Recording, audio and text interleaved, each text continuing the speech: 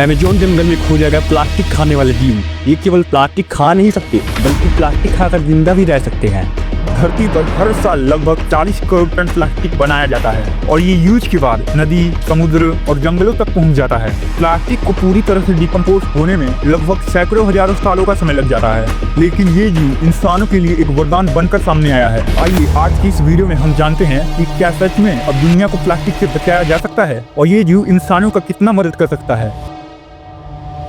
मैं आपको एक बात क्लियर कर देना चाहता हूँ कि प्लास्टिक कभी भी पूरी तरह से डिकम्पोज नहीं होता है, बल्कि ये सिर्फ छोटे छोटे टुकड़ों में टूट सकता है। अब आप लोग बोले रहे कि ये आप क्या बोल रहे हो, लेकिन यही सच है। प्लास्टिक एक्चुअली में कभी भी डिकम्पोज होता ही नहीं है।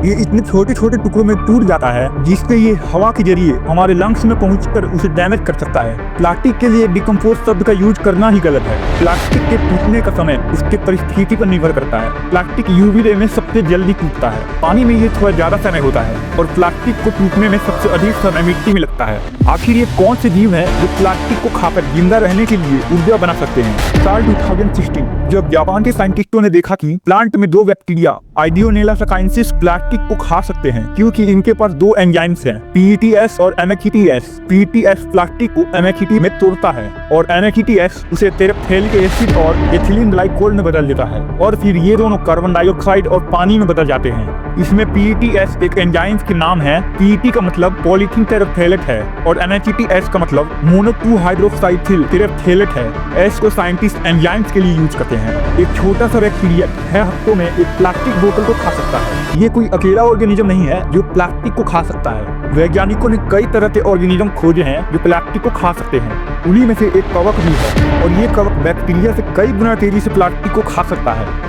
साल 2017 में पिट्सबर्ग यूनिवर्सिटी के रिसर्चर्स ने अमेज़न में एस्परगिलस और पेनिसिलियम स्पीशीज पाई जो प्लास्टिक बैग्स को 30 दिनों में 20 से 30% तोड़ देते हैं। लिग्निन पेरोक्साइड एंजाइम यूज करते हैं। लेकिन एक और ऑर्गेनिज्म है जो प्लास्टिक को बहुत कम समय में गैस में बदल देता है। कीड़ों की प्रजातियां लगभग 1 मिलियन होती है। उन्हीं में से एक प्रजाति मिलवर्म स्पेन की CSIC की स्टडी बताती है कि 100 मिलवर्म के कीड़े लगभग 92 मिलीग्राम प्लास्टिक खा सकते हैं और इससे कीड़ों को भी कोई नुकसान नहीं होता है। लेकिन रिसर्च में एक बात क्लियर कही गई है कि ये ऑर्गेनिज्म केवल प्लास्टिक खाकर जिंदा नहीं रह सकते हैं। सिर्फ प्लास्टिक खाने से इनके ग्रोथ में प्रॉब्लम आने लगती है।